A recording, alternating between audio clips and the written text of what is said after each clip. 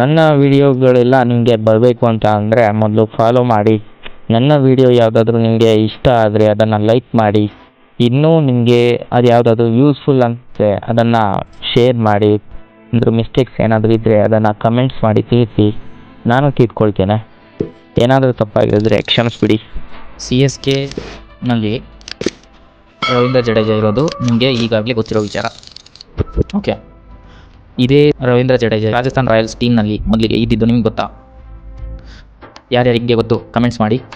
ಯಾರ್ಯಾರಿಗೆ ಗೊತ್ತಿತ್ತು ಅನ್ನೋರು, ಯಾರ್ಯಾರಿಗೆ ಗೊತ್ತಿರಲಿಲ್ಲ ಅನ್ನೋರು ಗೊತ್ತಿರಲಿಲ್ಲ ಅಂತಲೇ ಕಮೆಂಟ್ಸ್ ಮಾಡಿ, ನೋ ಪ್ರಾಬ್ಲಮ್.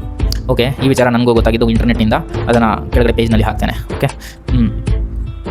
ಓಕೆ, ಮಾಜಿ ಟೀಮ್ನ ಸೋಲಿಸ್ಬಿಟ್ಟು ಹೊಸ ಟೀಮ್ನಲ್ಲಿ ರಾಜಸ್ಥಾನ್ ರಾಯಲ್ಸ್ನಲ್ಲಿ ರಾಜಿಸ್ತಾ ಇರೋ ರವೀಂದ್ರ ಜಡೇಜಾ ಟೀಮ್ ಇವತ್ತು ಗೆದ್ದಾಗಿದೆ.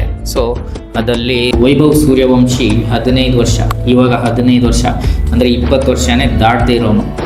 ಆ್ಯಂಡ್ ಯಶಸ್ವಿ ಜೈಸ್ವಾಲ್ ಅವನು 25 ವರ್ಷ ಇವಾಗ. ಸೊ ಅವರಿಬ್ಬರೇ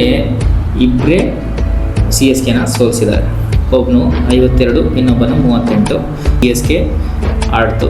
ಅದರಲ್ಲಿ ಸಂಜು ಸ್ಯಾಮ್ಸನ್ ಬಂದರು, ಔಟ್ ಆದರು, 6 ರನ್ ಹೊಡೆದು.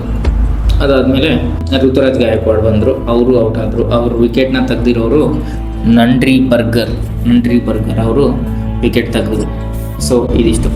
ಓಕೆ, ಈ ಮಧ್ಯದಲ್ಲಿ CSK ಸೋಲ್ತಾ ಇರೋದನ್ನು ನೋಡಿಬಿಟ್ಟು ಜಡೇಜಾ ಅಂದರೆ ಮಾಜಿ ಪ್ಲೇಯರ್ ಹೀನಾಯವಾಗಿ ಸೋಲ್ತಾ ಇದೆ ಅನ್ನೋದನ್ನು ನೋಡ್ತಾ ಆ್ಯಂಡ್ ಆಡಿಯನ್ಸ್ ಹಿಂದ್ಗಡೆಯಿಂದ ಹೇಳ್ತಾ ಇರೋದು ಜಡೇಜಾ ಇರ್ತಿದ್ರೆ ಸೋಲ್ತಾ ಇರಲಿಲ್ಲ ಅಂತ ಹೇಳಿದಕ್ಕೋಸ್ಕರ ಅವರು ಆ ಒಂದು ನೆನಪಿಗೆ ಕಣ್ಣೀರನ್ನು ಇಟ್ಟರು.